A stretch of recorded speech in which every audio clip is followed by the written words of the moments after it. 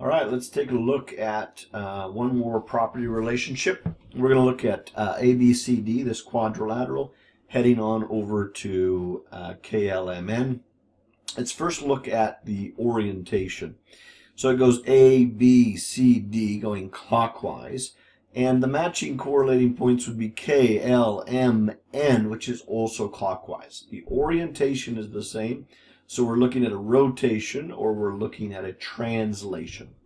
Now a translation would have all lines moving in a parallel manner. So let's take a look. A would move to K. B would move to L. Not a translation. Those lines would have to move in a parallel manner. They would have to be the exact same length. All of those properties would need to exist here. So we're now looking at a rotation of sorts. So we need two things to pull off the rotation now to make sure it is truly a rotation. We need a center and we need an angle on which to rotate. So I already have, to get the center, I need two perpendicular bisectors of, the motion of the points. And so I actually have two of the lines there. I might as well use them.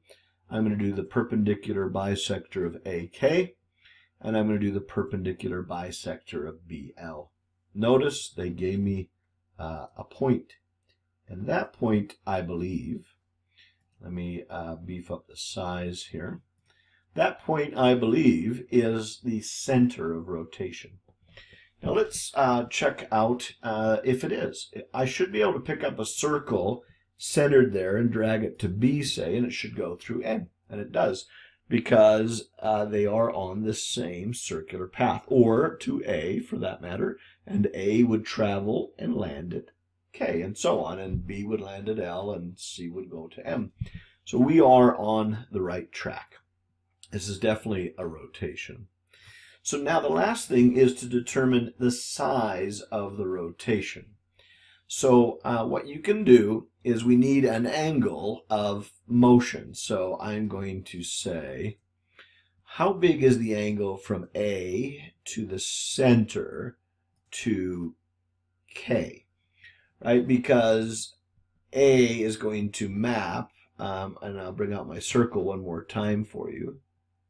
A is going to head over to K, and so I need to know what that angle is, and will that move all points exactly where it needs to go. Now that angle looks to be an easy one. It looks like a 90-degree angle, but I'm going to pull out my measurement tool, my angle tool, and I'm going to go K, the center point, and then A. And it isn't exactly 90. It says 89.1. So I don't know, maybe it was supposed to be 90, but this thing will tell you what it is. And so let's work it out. So I want to go do a rotation now about a point. So I click on my region. I click on the center.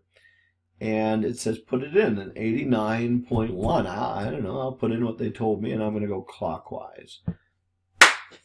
Bam. Landed it right on the spot. And so this is truly a rotation of 89.1, about the center point that I found there.